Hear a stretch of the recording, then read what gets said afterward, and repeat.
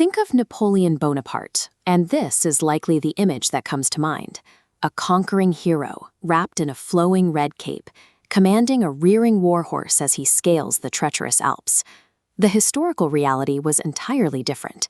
In 1800, Napoleon actually crossed those freezing mountains shivering on a mule, carefully led by a local peasant. He was a champion of the French Revolution, who eventually crowned himself a monarch. He was a military commander whose endless wars left millions dead, yet the civil codes he established laid the foundation for modern European democracies. So how does a leader who secretly abandoned his own dying army, and whose military campaigns often ended in catastrophic failure, convince the French public to grant him a reported 99.9% approval rating?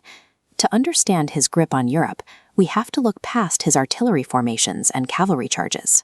We have to examine his mastery of something much more modern, the political echo chamber. He spent as much energy managing his reputation as he did managing his troops, ensuring that every victory was magnified and every defeat was carefully rewritten. Let's start with where he came from. Born on the island of Corsica in 1769, a young Napoleon actually despised the French. He viewed them as colonizers and dreamed of leading an independent Corsican nation. But the outbreak of the French Revolution in 1789 created a chaotic power vacuum. Seeing a clear path to advance his career, Napoleon abandoned his Corsican nationalism and opportunistically aligned himself with the Jacobins, the radical political faction ruling France at the time. This alliance paid off in 1793 at the Siege of Toulon. Placed in command of the French artillery, the 24-year-old deployed a highly effective tactical plan, shattering British defenses and proving his sheer competence on the battlefield.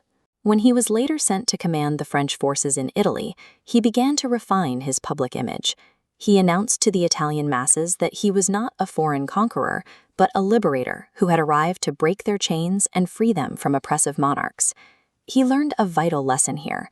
Artillery fire is highly destructive, but when you package that violence as a moral crusade for liberation, you turn an occupation into a partnership. This strategy faced a severe test during his 1798 campaign in Egypt. Militarily, it was a disaster. Within weeks, the British Navy attacked, and the French fleet was largely destroyed, with numerous ships burning and sent to the bottom of the ocean at the Battle of the Nile. Stranded and facing continuous defeats over the next year, Napoleon made a drastic decision. He secretly abandoned his exhausted, dying soldiers and fled back to France. You would expect him to face a court-martial. Instead, he was welcomed as a national hero. When he initially sailed for Egypt, he had brought along over 160 scientists, scholars, and artists to document the territory. This visual shows the Rosetta Stone. Because it contained the same message in 3 different scripts, it provided the first readable translation for ancient Egyptian hieroglyphics, alongside major botanical and architectural findings.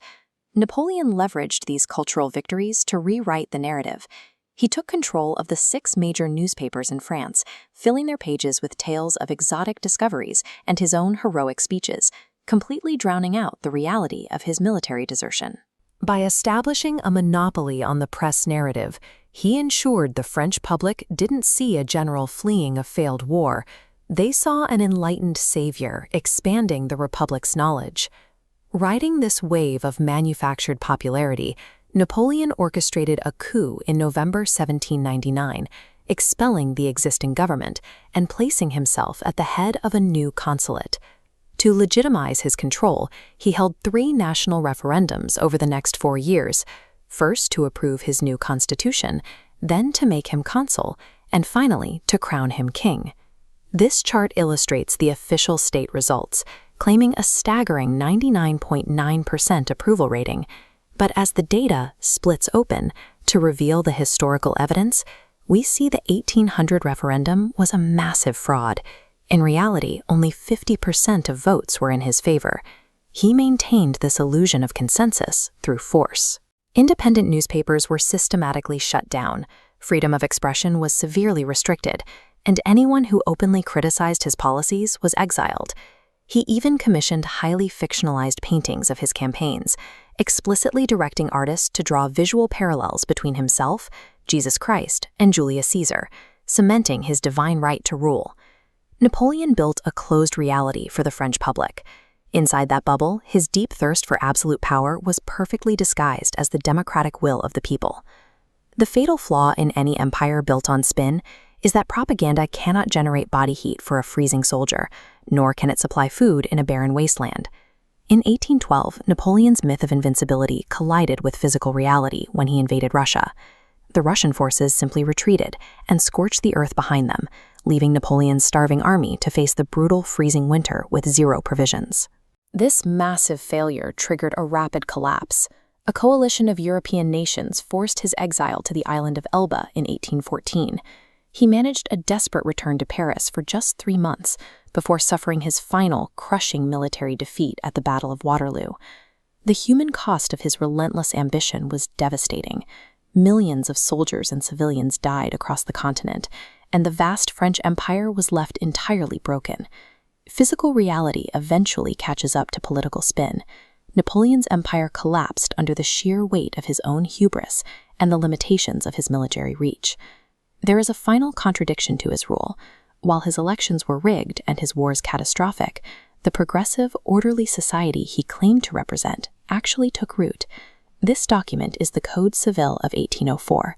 It provided a comprehensive, written set of laws establishing equality for male citizens, replacing chaotic regional rules.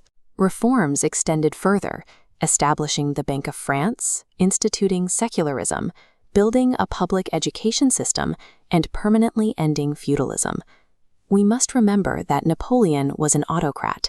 He openly admitted his true motivation, famously declaring that his ultimate mistress was simply power itself.